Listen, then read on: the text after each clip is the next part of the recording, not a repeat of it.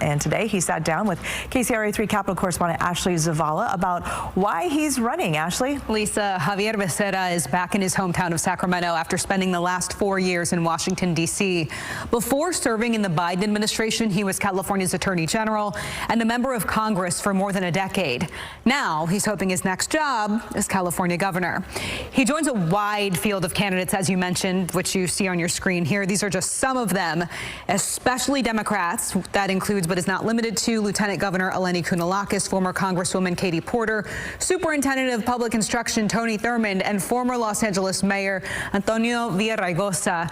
Some observers of this race say right now it's frozen, as former Vice President Kamala Harris is expected to decide within a matter of months if she's getting into this race. Becerra touched on this and a range of California issues in our conversation today. He noted he grew up in the working class. His dad was a construction worker, mom was a clerical worker. He said the ability to build a life the way they did, own a home, raise kids, and retire is out of reach for too many now in California, and he wants to bring it back. Here's a piece of our conversation. I know most people say Javier Becerra should not be running for this.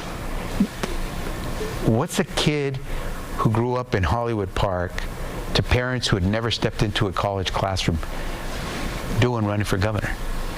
It doesn't typically happen that way. It just happens that, as I said, my parents never gave up. They gave me, and you'll know the word, ganas. G-A-N-A-S. And someone's going to look it up, and it's probably going to say in the dictionary, then it translated desire. That's like that much of what ganas means. I always tell people it's guts, grit, and game, all packaged in one. And if you've got ganas, you're going to make it in California, as my parents did.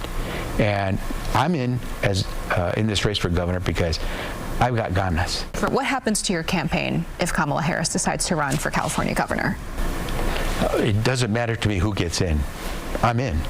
I took a couple of months after I left the position as secretary, because as secretary, I couldn't engage in conversations about politics or campaigning. It was against the law.